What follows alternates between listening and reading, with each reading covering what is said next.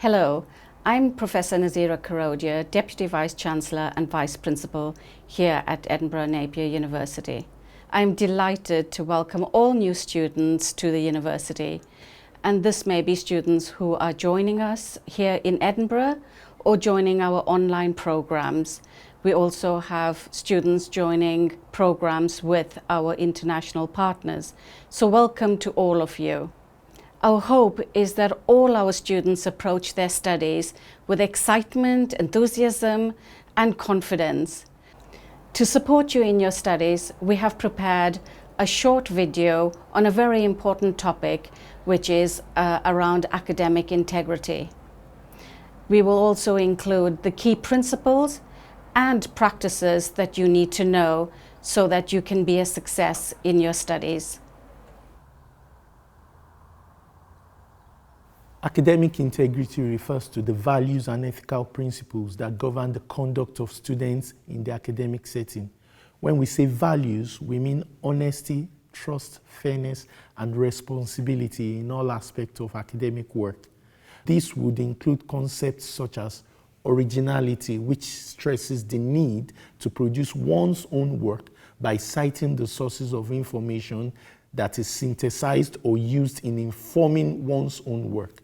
Being diligent with your studying means that you are sort of committed to that independent study, learning outside the classroom, and making sure that you're doing the research needed for your particular subject as well. When students are honest, they're fair, they're just about what they do, it empowers them. That's my own thought about academic integrity. That empowerment from learning. Oh, I've gone to school to do something and I've done it all by myself and I've achieved this from what I've done and I can use those skills to make society better. What more can a student ask for? Independent study is, a really crucial aspect at university, just as, attending lectures and tutorials and getting your work done. It's really, really important as well to make sure you carve out time for that independent study. Part of the reason you're at university is you're learning how to learn. I would say to try out different things. There's a bunch of different sort of like logistical things that you might want to think about. So where you're studying, whether you work best in the library, whether you need quiet and you need to be in the silent study areas, or if you find working around other people is quite motivating. Figuring out how long things take to do. It's really important for like time management as well. Is that journal article, you might want to read it in an hour, but it might take you a little bit longer. So just being very kind with yourself as well when you're sort of figuring this all out is really, really important. So when you're writing your academic assignments, ideally we want these to be research-led.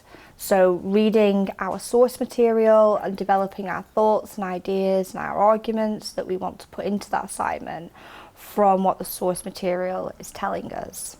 So when deciding which sources of evidence to use, this is really important for academic integrity because we want to make sure we're using good quality sources of evidence, and also thinking about the type of information we're looking for and maybe what source of information would be best suited. And that will be different across different subject areas, across different assignments, even within specific subject areas. So sometimes we'll be using academic sources like textbooks or journal articles, but sometimes we might need statistical information or reports from professional organisations. So there's a wide variety, and it's always thinking about what type of source is most appropriate for this type of information. Note-taking is really vital for helping you sort of process and learn information. Note-taking can take many different forms, much like many other sort of study skills. It's a case of figuring out what works best for you and trying different things as well. So you will probably want to be taking notes during classes and when you're doing your own independent study as well. So if you're looking for some more support with finding and using resources in assignments, then the subject librarian team are the key contacts for that. We have a set of library guides that you can find from Moodle. So if you go into Moodle and click on the library button and then the subject guides, you'll see a guide for each school, and that will contain focused information specific to your school. You've got contact information on there for your subject librarian, and there'll also be live workshops as well as the web pages that you can attend to get more support, one-to-ones, emails and so on. I think there's a lot of exciting apps and tools and platforms out there for people at the moment, and they can often provide very quick answers and feedback and ideas. But I think there's a few things to be cautious about in terms of approaching them, because when we think about why we're here at university, it is to learn. So we want to make sure that people are getting the best opportunities for those learning opportunities, and we're engaging with those skills and developing the thinking and the reading skills in particular, and critical thinking, so that people don't get caught out later on. So they can be useful in certain circumstances, but we'd really caution people to make sure that they don't take shortcuts that mean that they don't actually develop skills that might make a problem for their studies perhaps later on.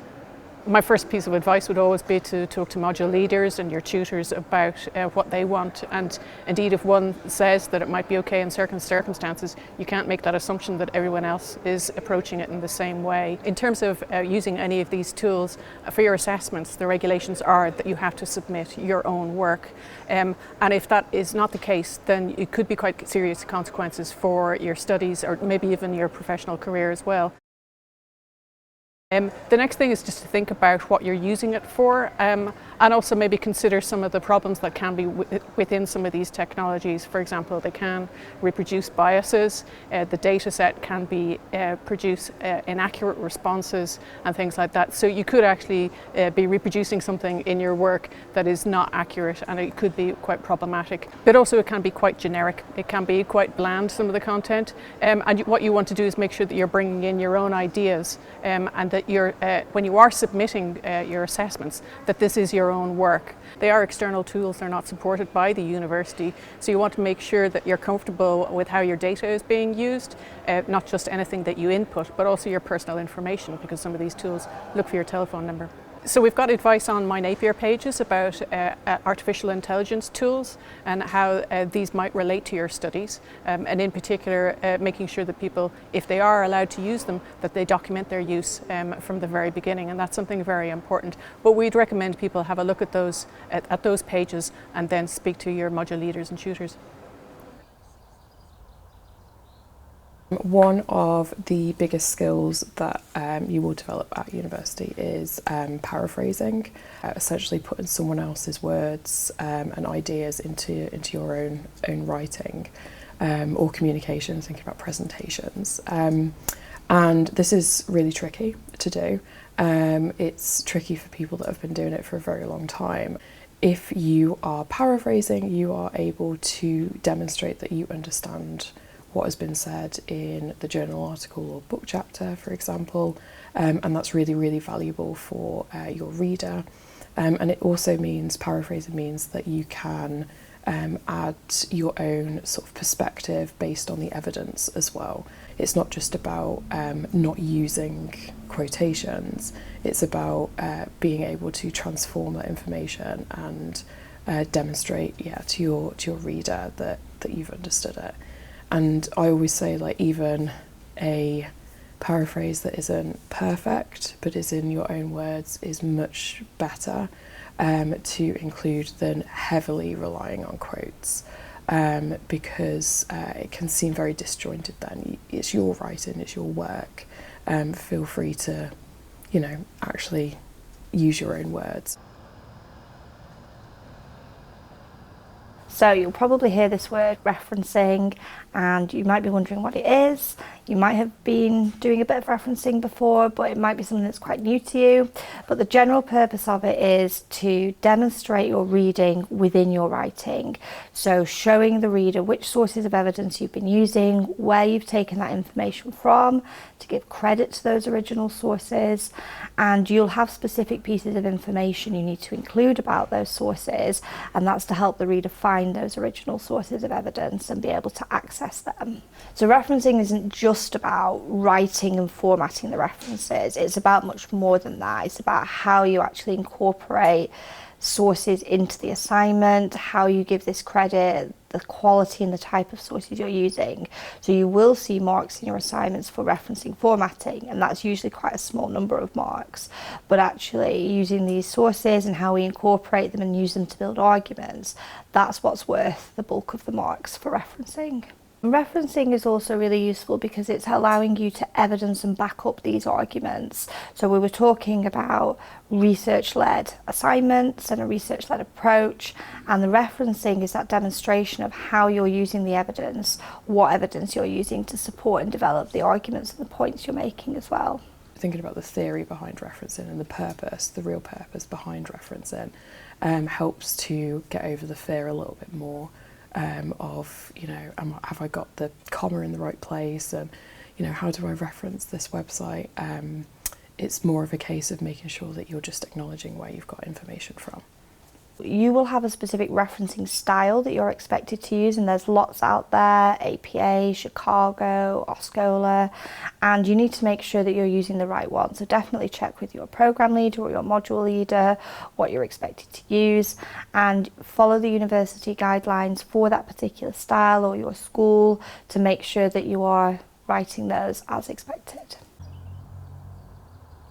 So redrafting and editing is really important in your academic writing. You are sort of learning along the way as you are engaging with that writing process. Often speaking with students, it's quite tempting to leave the writing till quite late and quite close to the submission because you feel like you've not done enough reading.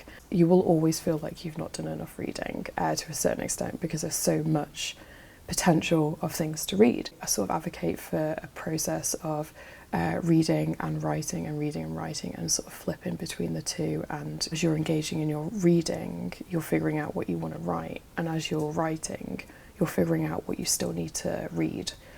So it helps you to direct your reading. You're adding knowledge as well through the redrafting, and you're also adding to sort of like the logical flow of argument and what you're trying to say in your essay or report. Your first draft never has to be perfect. I don't know anyone that has written the perfect first draft yet.